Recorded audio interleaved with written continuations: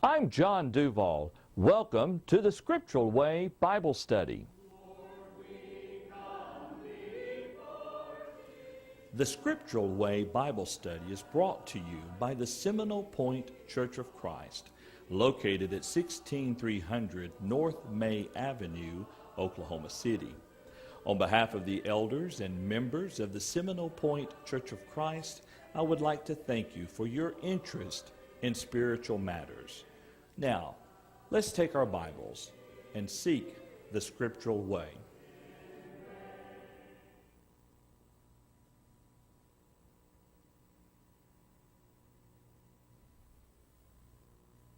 I'm John Duval. And I'm Dale Decker. And I'm John Hall. And this is a Scriptural Way Bible Study. Gentlemen, how are y'all doing today? I am doing fantastic. Wonderful, John. A little wind blowing, but fantastic. There's a lot of wind blowing out there. I'm doing well. Wonderful. It's good to have you back with us. Thank you. I almost forgot how to get here. Except I come Sunday and Wednesday, so it wasn't too You hard. could have Googled it. Yeah. Dale, one of the things Dale asked him when John got here tonight, do you see any changes? I'm notorious for making changes, and I thought I hadn't made any, but Dale pointed out one. But no, you were here for that one. Yep. Well, we'd like to thank you for joining us for our study this evening of the Scriptural Way broadcast. Tonight, gentlemen, we're going to start a single study. Well, actually, I say that. We're going to be going over the lessons that we did over a year ago when we originally started this broadcast. We went through a series of lessons called Extreme Personal Makeover. We had a different format for the study at that time, and the lessons were laid out somewhat differently. What I like to do as an interim study, and I'll tell you where we're heading towards, as an interim study, we're going to be looking at each one of these lessons. Now, I don't plan on going through all 6 of them and then adding 7 more before we get to our big study we're leading up to, Dale.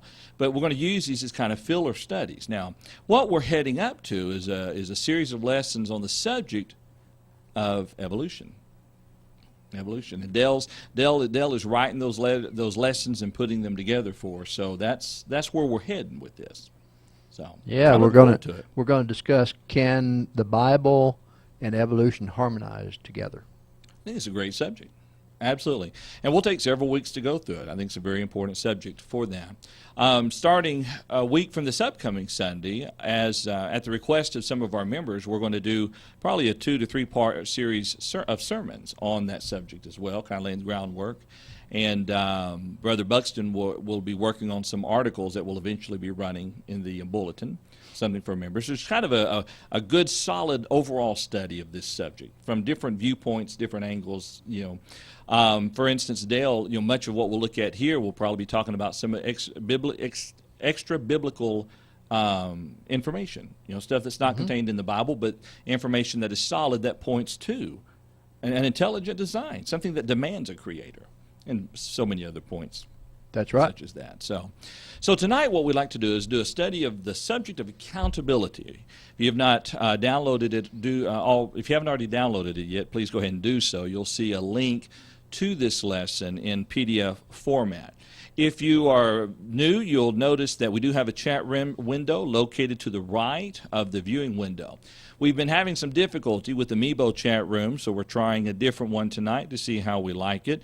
This chat room is the same chat room that the virtual Bible study on Thursday nights at 8 o'clock uses, and they've seemed to have pretty good success with it. And so we're going to give it a try and see how it works for us tonight. Well, gentlemen, before we really get into the heart of this study, I think we need to define what we mean by accountability. Define what we mean by accountability. And for those of you who are viewing this and you're participating in the chat room, don't hesitate to jump in with your comments and questions as we go through the course of this study there. But Dale, I've got the definition in the lesson according to the Merriam-Webster's online dictionary. Would you read that for us? Sure. What it says is accountability is the quality or state of being accountable, especially an obligation or willingness to accept responsibility or to account for one's actions. We can ask ourselves what is required for accountability, and certainly we're holding our audience accountable tonight to participate in the chat room. That's a good point. That's a good thought. You like that, John? Yeah, that was good. Clever. Well, let's ask the question, what is required for accountability? Essentially, based on the definition that we read, it's that quality or state of being accountable. There is something that is required in order for someone to be truly accountable.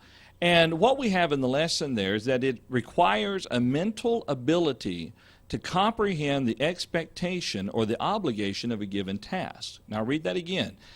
What is required for accountability? It is the mental ability to comprehend the expectation or the obligation of a given task. Well, John, let's look at a couple examples there we have in the lesson to kind of illustrate at what point accountability is not applied and what time, when would accountability be applied? Okay, sure. We start off with an example of maybe a 6-month-old child, baby. The child is, in this case, would neither be mentally nor physically able to fulfill really any expectations, Okay. other than just inherently what comes by nature, that is to grow, all things being equal, as a child being healthy and growing as they normally would. Yeah. And usually, they really have no conscious control over that. They can't. That's not a accountable issue to them, really. They can't control whether they grow or not. Right.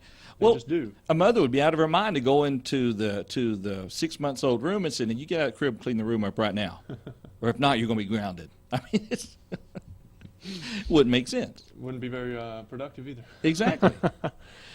You go farther along, and the child grows up a little bit, gets to be maybe, say, 2 years old.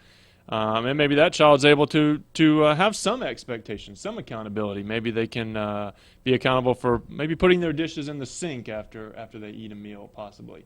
Okay. And even in that case, you probably don't expect them to do it without being told most of the time.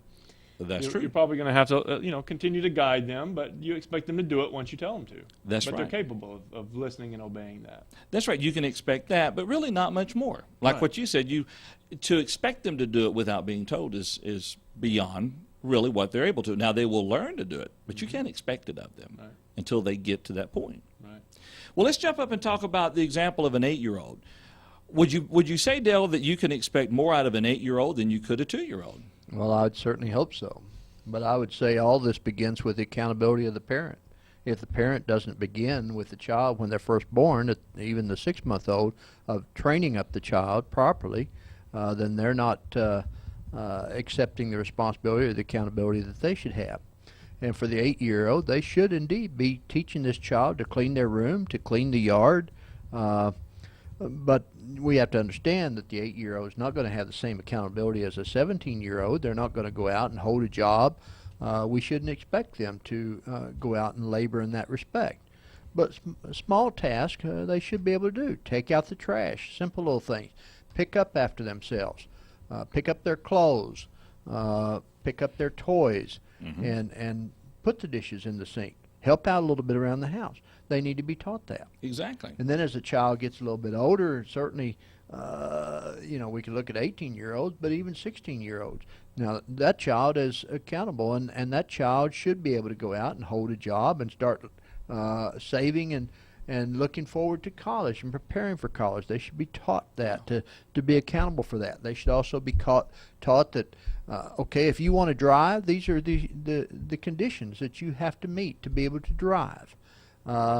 You have to go through a special training program, and if you complete that training program, then we'll let you get your driver's license and so on. They need to understand what it is that they have to be accountable for, and then not only be told to do it, but be expected to do it. If they don't, there should be some repercussion for that. That's all accountability. That's right. You would expect your 17 or 18-year-old, you could tell them one time, I want you to pick up Bob or Billy after school today. And now I want you to do it every day. And he knows that it's his responsibility, and he's accountable to you, and rightly so, for whether or not he picks up his younger brother. So the point we're making here with this is that accountability does depend upon one's ability to comprehend what is expected of them. And as we said, you're not going to expect the same thing out of a 6-month-old as you would out of the 18-year-old. And what we'd like to do with this particular lesson is to show 6 areas where Christians are to recognize their accountability. These are areas that God looks at you and expects you to fulfill. We will be held accountable as to whether or not we uphold these responsibilities within our lives. Let me say, as I was looking at that kind of intro, it kind of came to my mind that really, other than maybe one of these, really these are things that all individuals are accountable for. Right. I mean, That's true. except for possibly the Christian to Christian, because if you're not a Christian, you don't necessarily, understand your obligations to other Christians. But all these others would apply to anybody. Whether you're a Christian or not, you're still accountable to these things. That's right. That's a very, very good point there. So let's go ahead and step into our first consideration.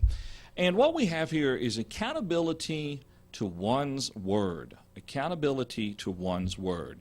Now, here's what we mean by that. If we're going to take on a responsibility, then we must do our best to honor our word, to fulfill that responsibility. Now, this may not seem like a very important area, but listen, there was a time in years gone by where a man's word was as good as gold. You didn't have to go and sign 1,000 pieces of paper and promise to give them your firstborn child in order to borrow money for some land. Your word, your handshake meant something. But nowadays, and not just nowadays, but in many ages, if you look back in the past and look forward into the future, you'll find that there's always some sort of condition, some sort of loophole. Well, I didn't promise. I remember that as kids. Well, I didn't promise I'd do it.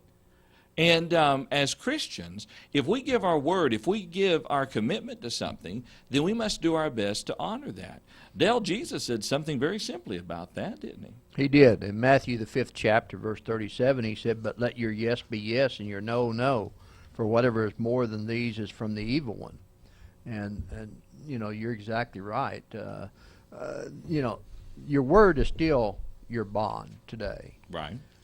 The problem is the majority of the people don't hold to that, and that's why we have all this paperwork that you're talking about and everything. When you're young and everything, you might have made a promise, but you had your fingers crossed behind your back, and that didn't hold true. I remember see? those days. Yeah, we remember those things. But if a person is going to entrust us with a responsibility, then we must be faithful to their trust in us. If someone asks me to do something and I say yes, they should be able to let it go and know that I'm going to take care of it, because my word is as good as my bond. I don't need to write it down. I don't need a contract. I don't need a prenuptial agreement. I don't need any of that stuff, because my word is my bond. That's right. What's interesting is in the context of Matthew 5:37, we have there the situation where you had individuals who were swearing by certain things as if to add credibility to what they were saying, or maybe not to be held to it unless they did swear by something. And Jesus rules that out. Mm-hmm. If you say it's yes, let it be yes. If you say no, then let it be no there. So, John, say what you mean and mean what you say. That's right. Exactly. That's exactly right. So if an individual is going to entrust us with responsibility, then we must be faithful. We must be faithful regarding their trust in us. Mm-hmm. Yeah. Before we get to these next two verses, I'd like to ask a little question of the chat room in case anybody would like to respond. Sure, go ahead. And then I have a small little piece at the end of that. But the question for us as Christians is, why is this so important? And we'll just let that sit for a minute, and we'll hit this next couple verses. Excellent point. Excellent point. Well, go ahead and take the first one there under the couple of verses in Proverbs we're going to consider. Okay. First off, we'll look in Proverbs chapter 20 and verse 7. The writer says here, "The righteous man walks in his integrity. His children are blessed after him." Now, that's a pretty powerful statement, isn't it? He says, the righteous man walks in his integrity. And the result of that, or a consequence of it, a good consequence, is his children are blessed after him. But integrity, when we talk about integrity, what do you think about that, the idea of integrity? Well, let me address the part about the children as well. We all have an integrity. Integrity is something that people should be able to look at us and know indeed that what we say and what we do is putting forth our best effort. Okay. Our children are constantly looking at us as fathers and mothers. And if, as a father, I say something and my child has heard me, and then I totally disregard it, my children are going to grow up and they're going to emulate that very same thing. They're going to have a lack of integrity. It goes along with obeying the laws of the land. If I say that we should obey the laws of the land, but then I personally disobey them by speeding down the road or running stop signs or running through a red light, and I say to my children, that's okay because there wasn't any cars coming. That doesn't make it right because I've disobeyed the laws of the land, and therefore my integrity is totally in question when it comes to raising my children. So if you want your children to grow up to be good citizens and to be good Christians, it's important that you let your yea be yea and your nay be nay. That's a very good point. Very good point. John? Yeah, I agree. It's kind of the concept that you hear sometimes about doing what's right when nobody's looking. Right. Talking about integrity there and standing up for what's right even when there's nobody around to challenge you for that. To me, one of the biggest tests of that, or at least in my life, what would be the biggest test, is at 3 o'clock in the morning, your pregnant wife has got this odd craving, and they want you to run to the store and get it. And so you're just hopping over to the store, but you're at the red light, and no one's around, no cars are coming, and it's sitting on yellow or red for about a good 4 or 5 minutes. The temptation is, okay, I've stopped, now I'll go on through. Now, this might seem to be a minor thing, but if we're willing to throw that away, then what else do we throw away with that? And that is a good test for that. Right. Yeah. Kind of looking at the reverse side, we talked about the righteous man walks in his integrity, but in Proverbs 25:19, Dale, consider the confidence that truly cannot be placed in an unfaithful man, and if we do, what happens? Well, it's like a bad tooth or a foot out of joint, and you're basically crippled. The proverb writer in Proverbs 25, verse 19 says, confidence in an unfaithful man in time of trouble is like a bad tooth and a foot out of joint. Obviously, if you do not have confidence in an individual, then you do not trust them. You're not going to ask them to do anything for you because you don't believe that they will do it for you. You'll go to someone else completely. This individual may be your friend, but because you don't trust them, because you don't have any confidence in them, maybe they've let you down in the past. And it only takes once for someone to let you down. Right. And you're going to be very reluctant to go to them again. Even if you know that they had the capability of doing it, you're going to be reluctant to go to them because they failed you once. That's right. Trust is hard to gain. It's hard to win back, especially if you've lost it. Right. Yeah. John? Yeah.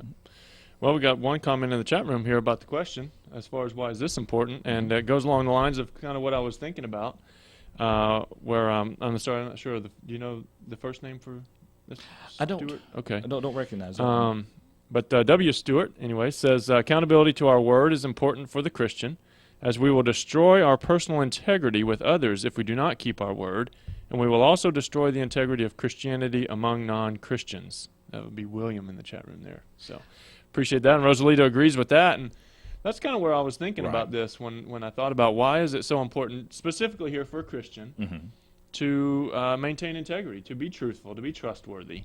And if we're going to go out and teach others about what Christ has done for us, about how they should live for Christ, about how they should serve God, and about how it will benefit them, and how many blessings come from that, and try to then persuade them that what we're teaching is true.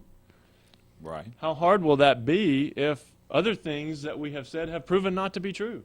That's if right. we've proven to be untrustworthy in day-to-day matters that are usually trivial and not very important, how are they going to trust us with the things that are very important and critical? That's an outstanding point. Outstanding point. Because at that point, it no longer it's not limited to affecting us, but it affects us leading someone to Christ. Right. Yeah. It's a very good point. Very good thought there with that one. Well, let's go ahead and take our first break. On the other side of the break, what we'll do is switch now to the second area of accountability within a person's life.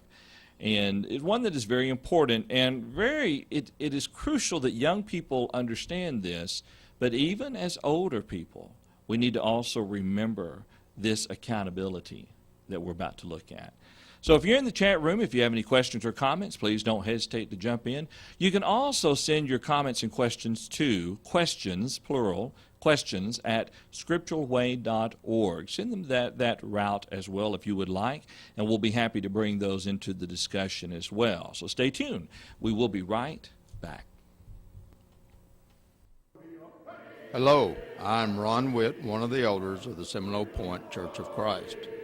On behalf of the elders and members of the Seminole Point Church of Christ, I would like to invite you to be our guest at any of our worship services and Bible classes. The meeting place of the Seminole Point Church of Christ is located at 16300 North May Avenue, Oklahoma City, Oklahoma, zip code 73013. The Seminole Point Church of Christ meets Sunday mornings at 9:30 for Bible classes, 10:30 for worship service, and 5 p.m. for our afternoon worship service. We also have Bible classes on Wednesdays at 7 p.m. In addition to our regularly scheduled Bible classes and worship services, we also have a Bible class on Tuesday morning at 10, this live netcast at 7:30 p.m., and a ladies' Bible class which meets once a month. Whether you live in Oklahoma City area or you are traveling through Oklahoma City, we would love to have you come and be our guest. We have Bible classes for all ages. Now, let us return to our study. Let's consider now, gentlemen, the second area of accountability in our study. And this one is accountability to one's parents. Accountability to one's parents. Now, what we're looking at with this particular accountability is from the direction of children to their parents, the offspring to their parents. And one of the things that you note as we study about the home, and we've already done a 5-part series on the home, we saw that the role of parents, that role there, is to train their children up to follow the Lord. Now, this is very important because one may say, well, it sounds like you're talking to the parents here. But we have to understand that in our responsibility, that before children can be accountable to us, we have to properly teach them. And Dale commented on this a while ago in our previous, right before our break there. So Dale, why don't you read that for us in Ephesians 6:4 and show the parents' responsibility? Well, Paul had a lot to say in Ephesians, but in Ephesians, the 6th chapter, verse 4, he specifically said, "And you fathers, do not provoke your children to wrath, but bring them up in the training and admonition of the Lord." And certainly, as I mentioned earlier at the beginning of this lesson, that's exactly what we as parents have a responsibility to do, is properly train our children. But I do want to focus on what Paul said here. Do not provoke your children to wrath. We should never respond or react to our children in anger. When you do that, you lose the respect of your child, and that's what provokes them to wrath. And that will also cause them to be hostile or even aggressive towards other children and maybe even other adults, because this is what they've seen in their parents. So parents have a great responsibility to properly train the child so that they grow up as a good citizen and as a good Christian. That's right. That's exactly right. Well, John, let's look at a couple of thoughts from Proverbs, Solomon, in reference to this same responsibility here. Okay. Proverbs chapter 1 and verse 8 we'll look at first. And the Proverbs writer says, "My son, hear the instruction of your father, and do not forsake the law of your mother." And then in chapter 6, verse 20, Proverbs 6, verse 20, he says, "My son, keep your father's command, and do not forsake the law of your mother." Now, it's interesting here when you look at Solomon's instructions. Solomon references the fact that his father taught him things, that David, had taught Solomon various things.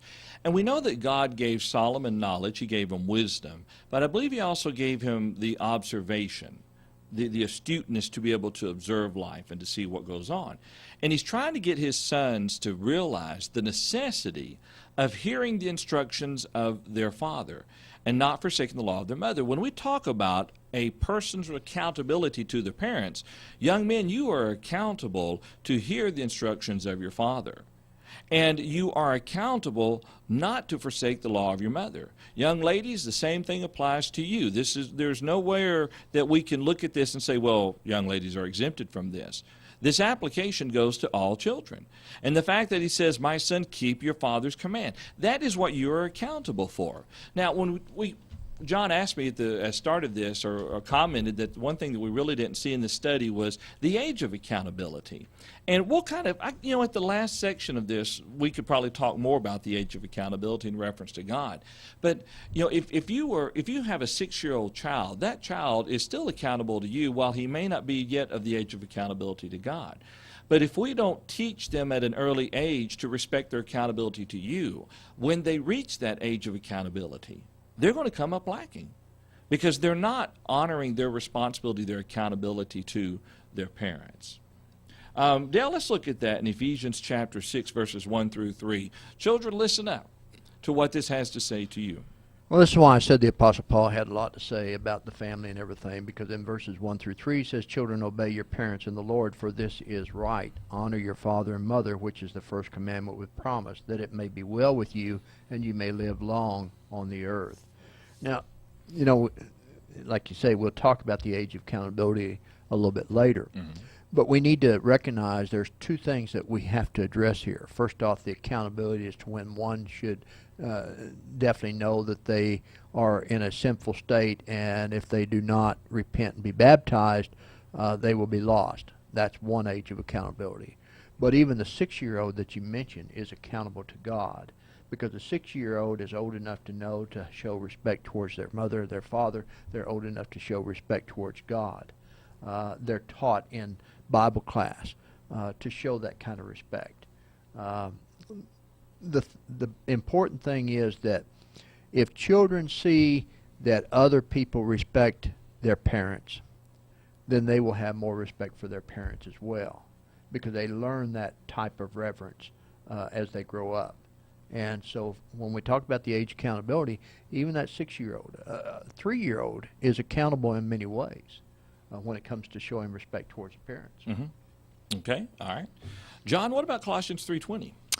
Colossians 3:20, Paul says to the Colossian brethren here, "Children, obey your parents in all things, for this is well-pleasing to the Lord." Exactly. And notice the phrase there is well-pleasing to the Lord. What is interesting, the reference, the passage in Ephesians we read a while ago, the idea of honoring your father and your mother, the first commandment with promise.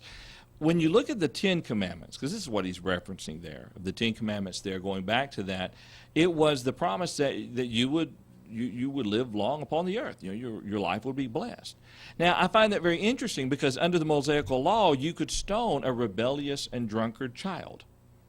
So if you're, and I don't know what the age limit would have been, obviously, but let's say your teenager began to rebel and he was a drunkard and he didn't respect mom and dad, they technically could take him out and stone him, according to the law. So in a literal sense, if you honored your father and your mother, your life would be a longer life by comparison. But we're looking here at a spiritual promise now in application, in reference to the benefits of obeying the father and mother. But more importantly, it is pleasing to the Lord. Mm-hmm. It is pleasing to the Lord there. Exactly. That's what is exactly one to put out as well. We go through all these. I'm trying to find something that points to the why. And exactly what you just said, points to the why. It does. Both of those things. Exactly. Yep. Children like to ask why. Yep. Well, there it is. The idea of honor, and we're going to bring that in there because it's a very good point. We're going to talk about the idea of honoring here. And Vincent's word study says about this passage that honor expresses the frame of mind from which obedience proceeds. But there's more to the word honor there, and let's go ahead and introduce the Williams comment there in the chat room, because I think this would be a good time here. Okay, yeah. In the chat room, William had pointed out a moment ago, a child's accountability to parents never ends. Even after they've grown up, they remain accountable to honor mother and father. That exactly. The idea of honoring is much more than a simple obedience. Right. It's an attitude, a frame of mind, where even when they are older, you take care of them. You provide for them. Right. Rosalita pointed out a few moments ago, just to kind of go back just a little bit here, after Dale had read Ephesians 6, verse 4, where it talked about bringing up the children in training and admonition of the Lord. As some versions render that, nurture and admonition of the Lord. That's true. And of course, that word, they both mean essentially the same thing, but that gives a little bit more kind of the feel for the word when you talk about nurture and it's the type. It kind of describes the training a little bit more, I think. You're caring for them. Right. Yeah. Right. Right. We often think about a baby bird, how it nurtures its young. Right. Yeah. And I think that just kind of goes to the idea of if that's the way you do that, if that's the way you raise your children in the nurture or training and admonition of the Lord, then you won't have this issue with provoking your children to wrath. That's right. That's right. You know, one thing's interesting about, or at least something I should say we need to keep in mind, when we talk about the accountability of the older children to their parents, we just mentioned, there's still the fact that the man is to leave his father and mother and cleave unto his wife. You know, there is a line that can be crossed if you're not careful between the parents expecting honor and then the parents expecting their 60-year-old son to do everything that they say, you know, and still be able to control his life and tell him everything. There is a boundary there that must not be crossed. That's the point of leaving father and mother, cleaving to your wife, being the head of your own household. But with that being said, though, there's still the attitude of honor for your parents, and therefore you never mistreat them, and you always provide for them as they need to. So just something to think about. And if you're a parent who's a Christian and who's trying to do what is right, obviously you want your children to grow up so that you don't have to try to control them. That's not your desire. Unfortunately, some, like you say, some might do that, but your desire is that they do grow up and are able to make their own decisions, and even if they make bad decisions sometimes, that's, you know, they're old enough now to make the decisions. You might give some guidance and some advice, and they hopefully will at least listen to it. They may not do what you advised, but hopefully they took it under consideration, and if they are honoring the father and mother, they're not going to say, I don't want to hear what you have to say. Right. They'll listen, and you know, if the training has been what it should have been from the beginning, they're more likely to listen. More likely, exactly. That's a very good thought. All right, Dale, any thoughts before we move on from this? Well, I have a few thoughts there, yeah. You know, you think you got about 8 minutes for our next break. 8 minutes. Fantastic. I think I can handle that. No, the point I was thinking is, as you and John were talking, is that, first off, if we properly raise our children up as adults, adult children now, and they have older parents, it's not a question of whether they have to do things for their parents. It's a question of whether they want to. It's the same relationship we have with God. Right. Is if we grow up and we truly love God, then we will do things because we want to and not because we have to. We go to worship service because we want to. We don't say to our children, nor do we say to ourselves, well, it's Sunday morning, I have to get up and go to worship service, or it's Wednesday night, I have to go to Bible class. These are things we look forward to doing.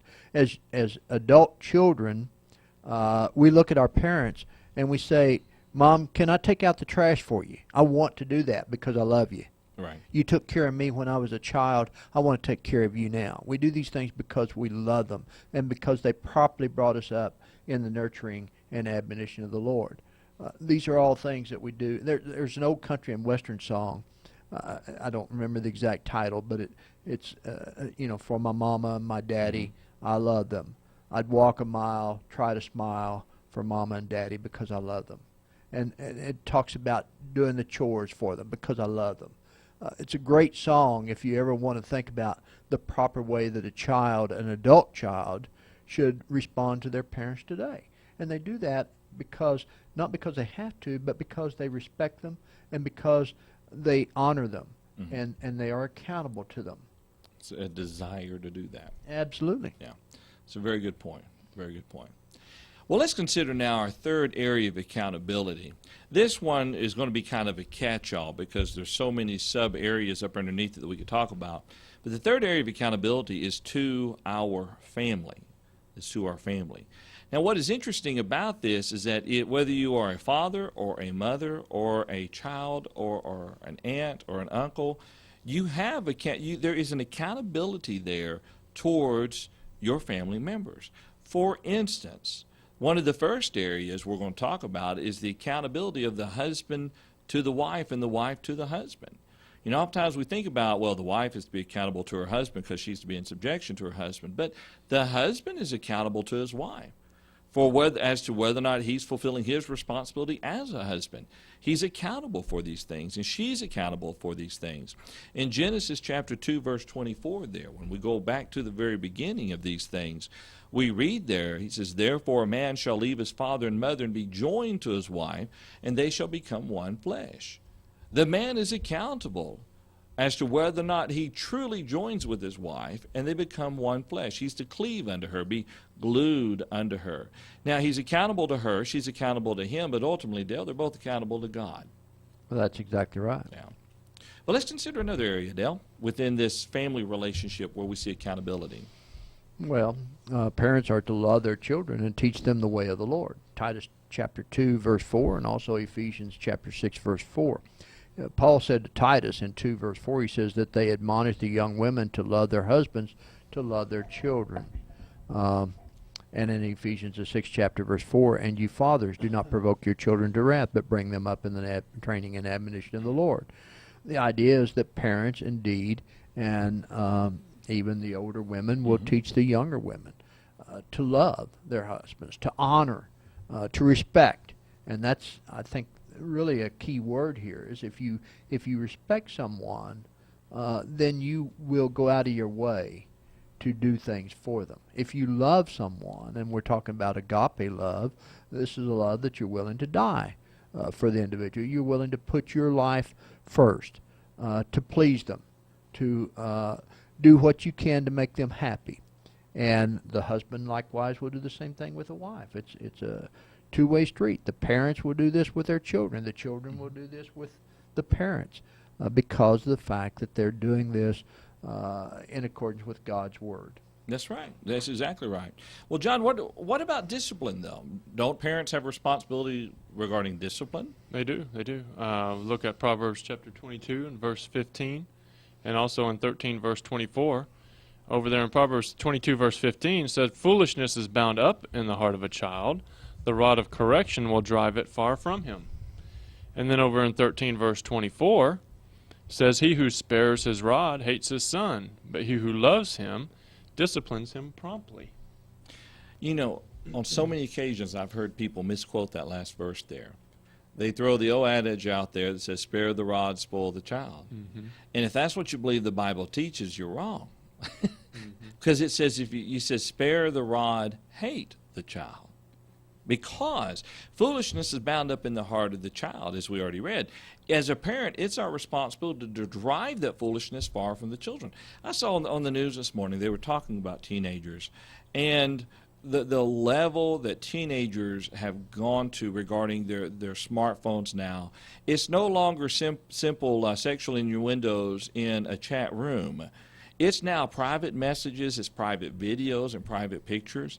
You know, and you've got these teenagers sending things back and forth that when there's a breakup becomes public. And the one thing that came to my mind when I heard that is foolishness is bound up in the heart of the child.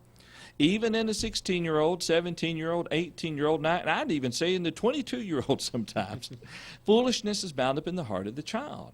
And parents must do their part as an accountability unto God and to their children to drive this far from them. If you love your children, you will do that. It's sad. Yeah.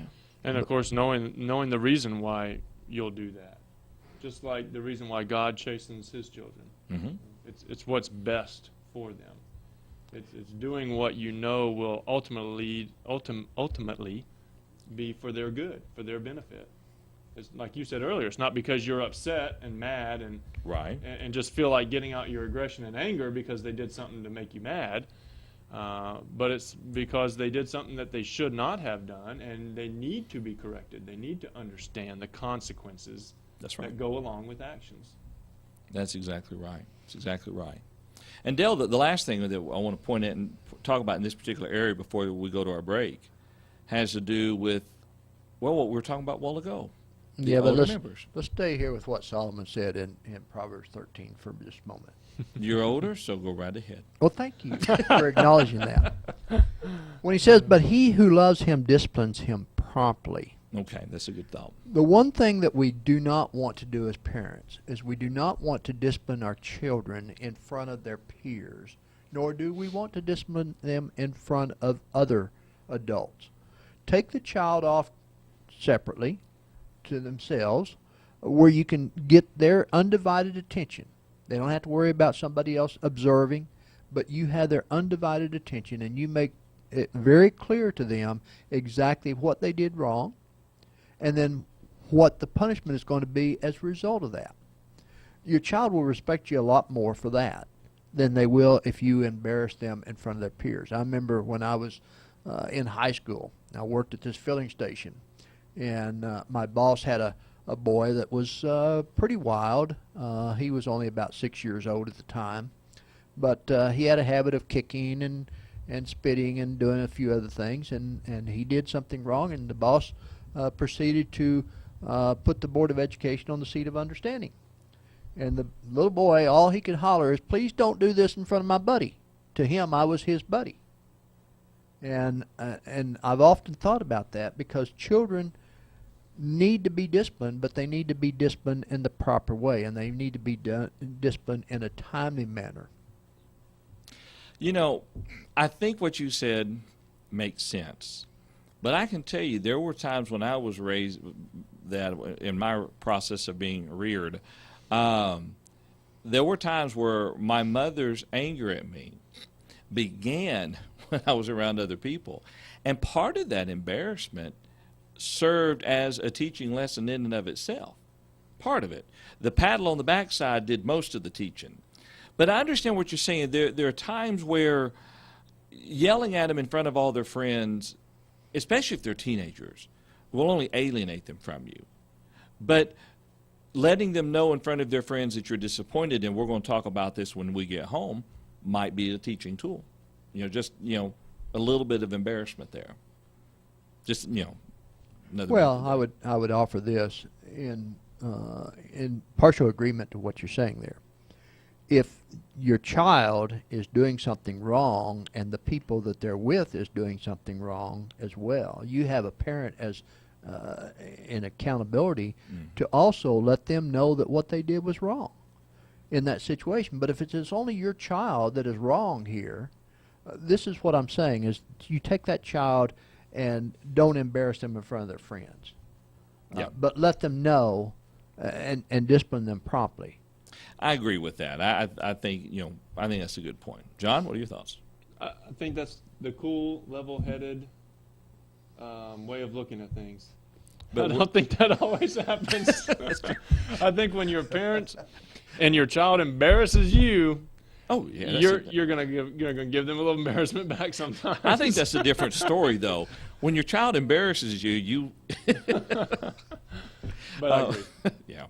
There's one thing that I have taught that we've done with our children, and we'll go to our break here in just a moment, is that, and I've not sat down in formal training with them, but I'll snap to get their attention. Because there are times when there's a lot of people, I don't want to have to yell across the room. And so they know, if they hear the 3 snap, they'll look at me. Well, there are times where when they know they're doing something wrong, it does embarrass them when that happens, because they know other people hear it and everybody looks at them. What are they doing? And but you're right, when they embarrass you, there's at that moment of non-quite level-headedness there.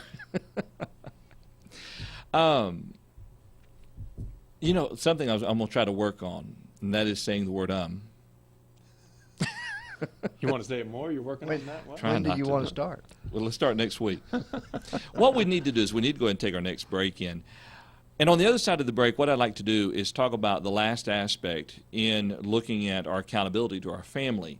And a while ago, we were alluding to our responsibility towards the older people in our family. We're going to talk about that. But before we take the break there, I want to point out that we have 2 people from the Philippines listening tonight to the study.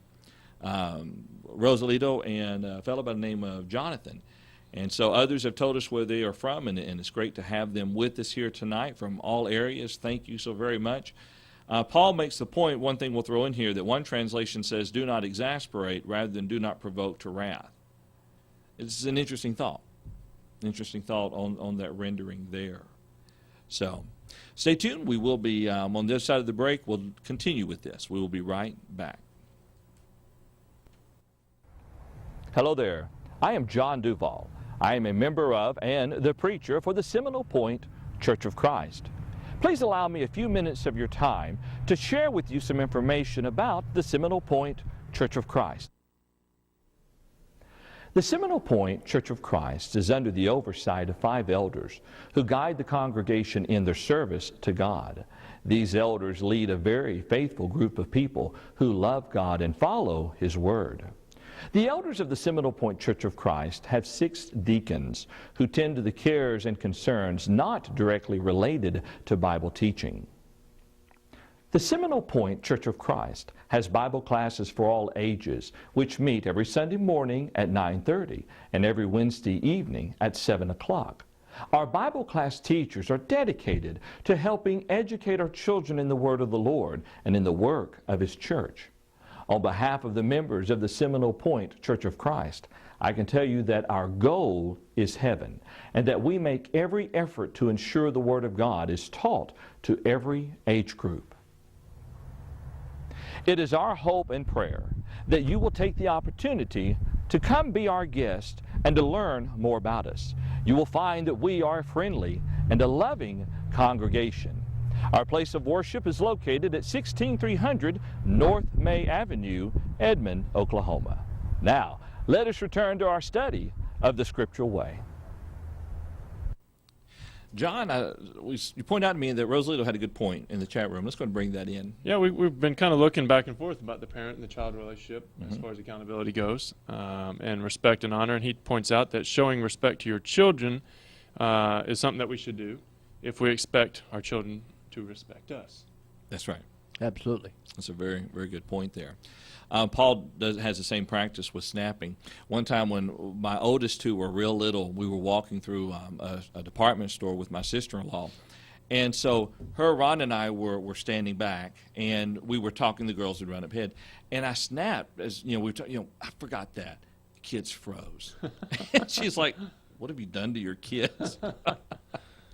But now let's talk about the older family members for just a moment, and specifically our accountability towards them. Well, I'm happy to do that. Paul, again, talking to Timothy in 1 Timothy chapter 5, verse 8 says, "But if anyone does not provide for his own, and especially for those of his household, he has denied the faith and is worse than an unbeliever." If you look at some of the Far Eastern countries, they're very close-knit families. Of course, they live in a crowded situation to begin with. Right, but right. The eldest member of that family oftentimes still lives with the young adult couple that may have young children themselves, because of the fact that they're taking care of that elderly member. My mother,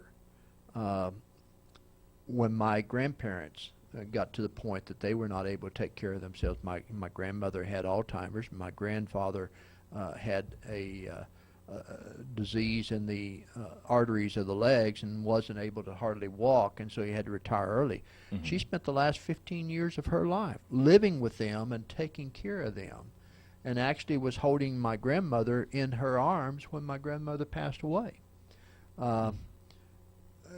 Her brothers and sisters treated her with a lack of respect because they didn't totally appreciate what sacrifice she made to take care of her parents, because she loved her parents. And if we truly love our parents, we will make those kinds of sacrifices today. It's very easy for us to put them in a nursing home, and there's nothing wrong with that. If that's the best care they can get, you want to give them the best care that you can give. And if they need nursing assistance, mm-hmm. then nursing homes are appropriate. Alzheimer's centers are appropriate if that's the best care they can get. But if you can take care of the parents and keep them at home, you're doing a great thing, because after all, they took care of you when you were a baby. They changed your diapers. They fed you. They took care of you when you were sick. They made sure you went to the doctor. Why wouldn't you do that when they're in their second childhood? That's a very good point. I think about one of our young mothers just recently had a baby, and it was 9 months of torture. I mean, because she had nausea during the whole time. And I don't know if a day went by where she wasn't sick. And just miserable. Not because she was carrying a baby. She was happy about that. But what she went through, nearly all the way up to the very end of it. And she's going to have difficulties with the child, as every mother does. The child will get sick, it'll have colic, and it'll cry, and you got to figure out, and the diapers are just horrible. I mean, think about everything that we put our parents through when we first come into the world. Is it really asking that much for us to take care of them in their latter days? And it's not. It's the idea of honor and respect. And I think it's a good example there, Dale. John, any thoughts before we move on? No, pretty quiet in the chat room there, but Nothing from my side of the room. Okay. Well, we've got about 10 minutes left in our study. I don't know if we'll get through all the next section, but we're going to go ahead and start on it because I definitely want to make sure we have time for the remaining 2 sections next week because we want to be able to spend some time with that. But let's talk now, the 4th area of accountability, and that is accountability to other Christians. Accountability to other Christians. As much as we would like to move out to a desert island and stay away from all the worldly influences and stuff, we can't do that. The church is designed for Christians to work with one another, for Christians to edify one another. And so let's spend a few minutes talking about that here. Let's start with, Dale, if you would, read for us beginning, we're looking at 1 John chapter 4, 7 through 11. John gives some interesting and very powerful thoughts regarding our responsibility towards other Christians. John says, beginning in verse 11 of chapter 4, 1 John, "Beloved, let us love one another. For love is of God, and everyone who loves is born of God and knows God. He who does not love does not know God, for God is love." Verse 9 says, "In this the love of God was manifested toward us, that God has sent his only begotten Son into the world, that we might live through him. In this is love, not that we love God, but that he loved us and sent his Son to be the propitiation for our sins. Beloved, if God so loved us, we also ought to love one another." Yeah, I like the way John ends that, the conclusion there with that. Well, that's very true. And, if you think about that, I mean, I look forward to the times that I can get together with my brothers and sisters in Christ. For me, this is a refreshing moment to be able to share a common love for God. Mm-hmm. So much so that personally, it's difficult for me to miss a Sunday service or even a Wednesday night service. And I teach a Wednesday night adult Bible class, and I hate to miss that class. But every once in a while, we leave for a week. And my wife sometimes wonders, well, why can't we leave for a couple of weeks? But I just feel uncomfortable being away from my brothers and sisters in Christ that long because I thoroughly enjoy being with them. I would like to be like some other people in the sense that we recently bought a used motorhome, and I'd like to be able to go for a month. In fact, I've got a sister-in-law and brother-in-law now that want me to come up to North Dakota and then go on up to Alaska. Well, that's about a 2-month period of time. I just don't feel that I can do that. Once I accepted the position of being an elder in the congregation, I also accepted a lot of responsibility, and I feel accountable to that, and I feel that I need to be here. I'm sure this congregation will get along just fine without me. I'm not indispensable. But if it comes to being encouragement and to work with my brothers and sisters to share a common love, that's what it's all about. That's right. That's right. That edification there. What is interesting about this text there, he says that he who does not love does not know God, for God is love. Mm-hmm. How can we call God our Heavenly Father if we do not love as he loves? John, any thoughts? Right. And if we don't love who he loves. Now, that's a good thought there. And going back to what Dale was just mentioning a moment ago and connecting that with the earlier passages that we were looking at in relationship to the children to the older adult or the older parents, mm-hmm. and not taking care of them out of some sense of I have to, I wish I didn't have to, but I do. They're my parents. I can't avoid it. But almost of it's an opportunity. Right. In the same case as Dale was just mentioning here, in his mind, it's an attitude. It's the way he looks at it for himself. It's the opportunity to be with the Christians here and the brethren here and worship together and build each other up. It's not, well, I can't go anywhere because I really have to be there. Right. That's where I want to be. That's right. It all starts with that attitude. The love that God manifested towards us, in that while we were still sinners, Christ, he sent his Son to die upon the cross. Romans, Paul writes to the saints in Rome there. Well, it's the same reason why we serve him and why we want to be around one another. It's because of our love for one another. So let's look at another passage, John. This is in the same book of 1 John, but this time let's look at chapter 3, verses 17 through 18. All right, 1 John chapter 3, verse 17. "But whoever has this world's goods and sees his brother in need and shuts up his heart from him, how does the love of God abide in him? My little children, let us not love in word or in tongue, but in deed and in truth. Now this shows love in application, doesn't it? You know, especially the first part of that. Whoever has this world's goods and sees his brother in need and shuts up his heart from him, how does the love of God abide in him? And it is possible to help someone and it not be out of love. He's not talking about that. That's really not acceptable. You help them, but it's pointless because you didn't have the love for them. It must begin with love. And from love, then the actions and our attitudes towards our brethren will flow naturally. And then one more verse here under this thought, 1 Peter 2, verse 17. Peter writes quite simply, honor all people, love the brotherhood, fear God, honor the king, love the brotherhood. I have known brethren down through the years that after their behavior and attitude, you're left scratching your head wondering, do they really love? There was a brother a number of years ago, a sweet man, and he was faithful. But I tell you what, though, he was telling me about a church that was going through a division a number of years ago. And he said, I was ready to draw back and just plow the guy. I was ready to hit him if he didn't back off. Well, that's not brotherly love. It's not love at all. And but oftentimes we become blinded by the temptations that are around us, and we don't let the love have its perfect work, you might say, within us there. Any thoughts from the chat room, John? Yeah, we had a couple here. I was looking at Brother Rosalito's comment. I was trying to figure out exactly which section he was connecting that to. I think that just had to do just a little bit earlier with what Dale was talking about as far as us coming together. Okay, right. And he just mentions there, as my page jumps down there we go. Mentions that it's not only outside the house, coming to worship alone that we bring the Word of God, but that we should also do so within our house too as well, teaching within our house. That's a good point.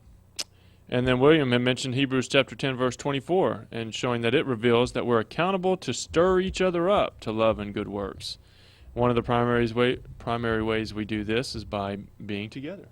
Hebrews 10 verse 25 and 3 verse 13. That's a very good point. Very good thought there.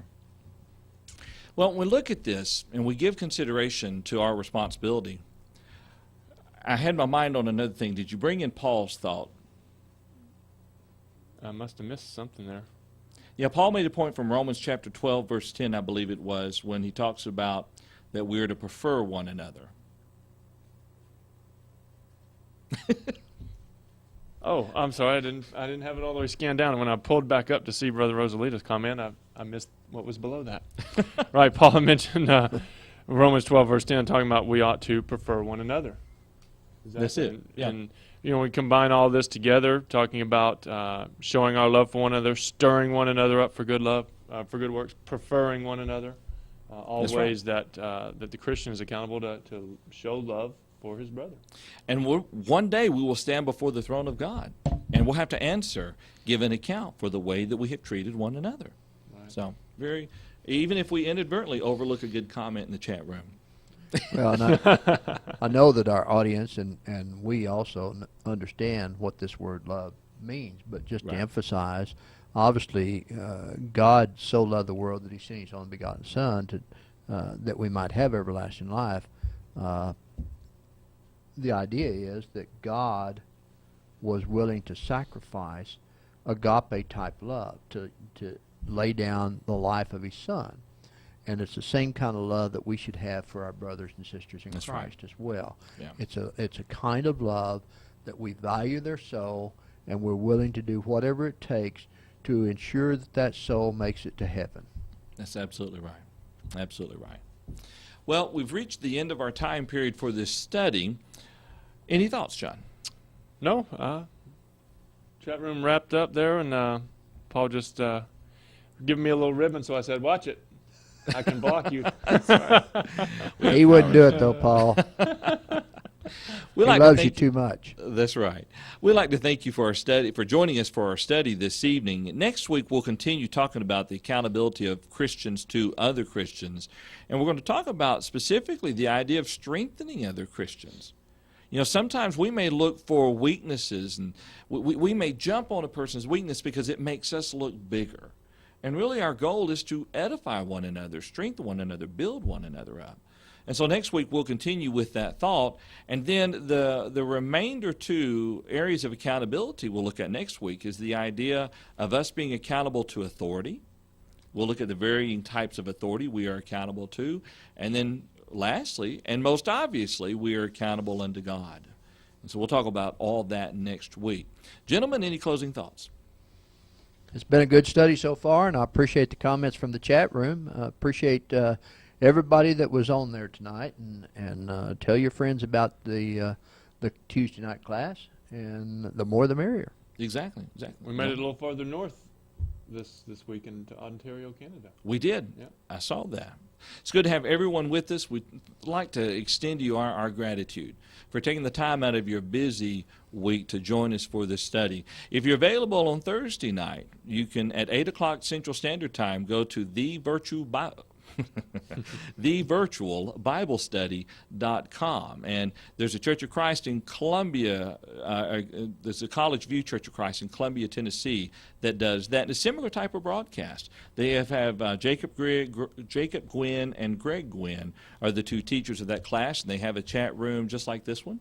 And they'd love to have you to join in for that study as well. Well, I'd like to thank you for joining us tonight. It's always good to have studies with you. Whenever you're with us, the study is just that much better. We enjoy sitting around and talking about the Bible and studying things, but when you're able to join us, it helps us, it adds to the study, and we are greatly benefited by your presence. As you go through this week, remember that you are accountable, ultimately to God, but consider all the areas that we've looked at and do your best to live the best life that you can as one of God's children. And if you're not a Christian, you need to find a Church of Christ near you. Look up, if you need help, contact us, and we'll try to find a sound conservative work near you and can recommend someone to sit down and open the Bibles and study with you, showing you what you need to do to become one of God's precious children, because you too are accountable to that holy word. Thank you very much for joining us, and next Tuesday night at 7:30 Central Standard Time, we'll see you back here again at scripturalway.org. Thank you.